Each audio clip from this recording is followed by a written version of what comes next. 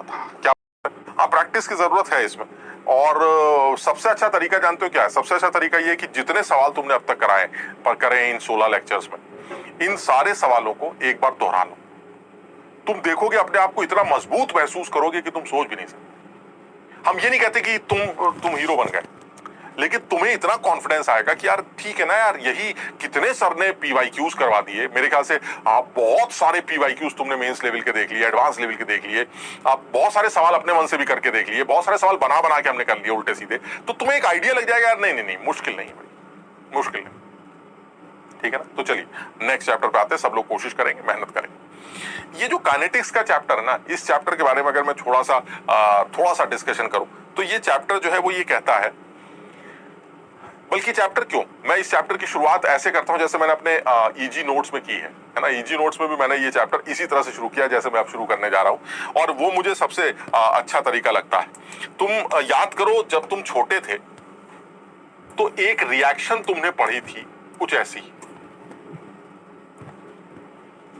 A+2B gives, मान लो ऐसे लिख रहा हूं मैं, 3C। ये तब की बात है जब आप छोटे थे, आप सुन रहे हैं, आप छोटे थे।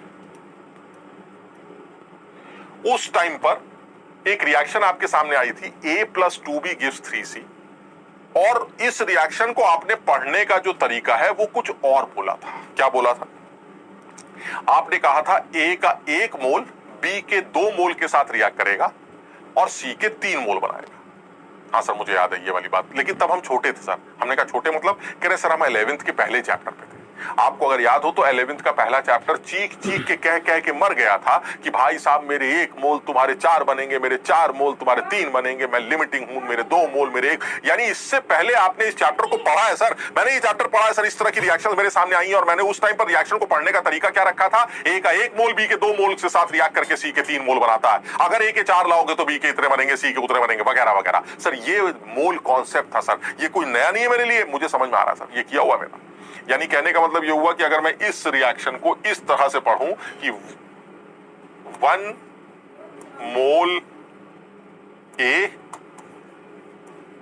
reacts with 2 moles of B to produce 3 moles of C. 3 moles of C.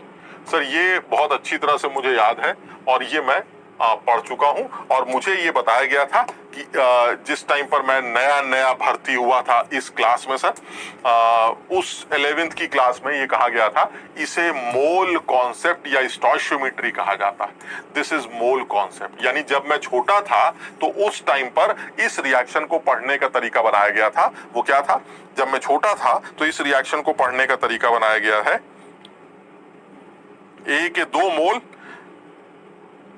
B के 3 मोल्स के साथ, B के 2 मोल्स के, A का 1 मोल B के 2 मोल्स के साथ जुड़कर C के 3 मोल बनाता है।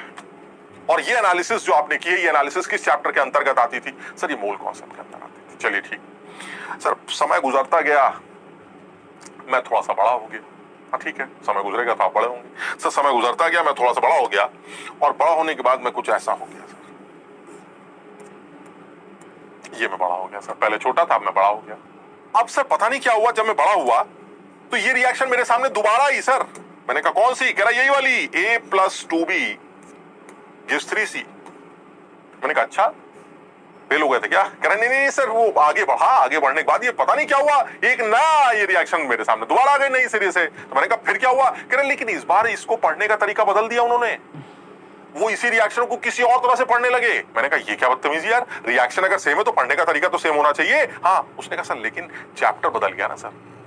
जब चैप्टर बदल गया तो इस रिएक्शन को पढ़ने का तरीका बदल गया। तो मैंने कहा अब वो किस तरह से पढ़ने लगे? उन्होंने कहा अब इसको पढ़ने का तरीका उन्होंने निकाला कि A का 1 मोल जब B के 2 मोल के साथ रिएक्ट करके C के 3 मोल बनाए तो इस प्रोसेस में कितनी हीट का लेन देन होगा, इस प्रोसेस का इंथैल्पी चेंज क्या होगा, what is the energy content of this reaction. यानी A का 1 B के 2 के साथ जुड़कर अगर C के 3 मोल बनाता है तो enthalpy change of the reaction calculate करो। सर ये हमारा नया खेल था सर। जब हम बड़े हुए थोड़े तो हमारे सामने इस रिएक्शन के सामने इसी रिएक्शन को पढ़ने का तरीका बदल दिया। यानी क्या क्या अब क्या तरीका निकल के आया? amount of heat involved during this reaction, यानी इसी रिएक्शन के दौरान कितनी हीट इवॉल्व हो रही है, यानी क्या निकलवा रहा है वो सर, वो इंथैल्पी चेंज निकलवा रहा है। और जब ये ऐसा हुआ तो ये चीज कब आई मेरे सामने सर, ये चीज मेरे सामने आई थर्मोकेमिस्ट्री में सर, थर्मोकेमिस्ट्री। मैंने कहा अच्छा तुम बड़े हो चुके थे? कह रहा हाँ सर थोड़े बड़े हो चुके थे। सेम रिएक्शन मेरे सामने, पढ़ने का तरीका बदल दिया उन्होंने। हमने कहा ये क्या बदतमीजी है? कह रहा कुछ नहीं, तुम बड़े हो गए, अब तुम्हें पढ़ने का तरीका बदल देते हैं। A+2B gives 3C को आपने पहले ऐसे पढ़ा था जो कि मोल कॉन्सेप्ट में डील करता था, अब आपने A+2B 3C को एनर्जी के रेस्पेक्ट में डिफाइन किया कि भाई जब ये रिएक्शन होगी तो कितनी एनर्जी का लेन देन होगा सर, वो थर्मोकेमिस्ट्री थी। अब मैं सर बहुत बड़ा हो चुका हूं, अब मैं 12th में आ चुका हूं, क्योंकि ये दोनों चैप्टर मेरे 11th के चैप्टर थे। अब मैं बड़ा हो चुका हूं सर, अब यही रिएक्शन मेरे सामने फिर से आने वाली। हमने कहा मतलब? कह रहा है सर आप समझिएगा बात को, सेम रिएक्शन मेरे सामने फिर से आने वाली है, लेकिन अब मैं और बड़ा हो चुका हूं सर, और अब मैं बड़ा हो चुका हूं, और अगर यही रिएक्शन मेरे सामने दोबारा आ रही है तो इस बार इस रिएक्शन को पढ़ने का तरीका नया तरीका है। हमने कहा अब क्या है? कह रहा है अब इस रिएक्शन को पढ़ने का तरीका है, जितनी देर में एक मोल खर्च होंगे, रिएक्शन को पढ़ने का तरीका बता रहा हूं, ये एक है, जितनी देर में ए का 1 मोल खर्च होगा उतने ही समय में बी के 2 खर्च हो जाएंगे और सी के 3 मोल बन जाएंगे।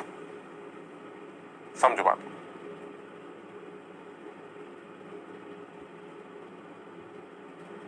क्लियर है सबको? ये वाली बात समझ में आ रही है? यानी अब जो आप रिएक्शन को पढ़ रहे हैं, उस रिएक्शन को पढ़ने का तरीका वो बदल गया। और अब आप इसको कैसे पढ़ रहे हैं? अब आप इसको पढ़ रहे हैं time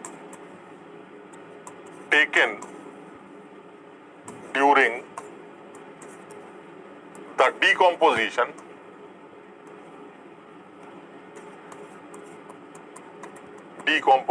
of 1 mole A is same as time taken during decomposition of 2 moles B and time taken in the formation of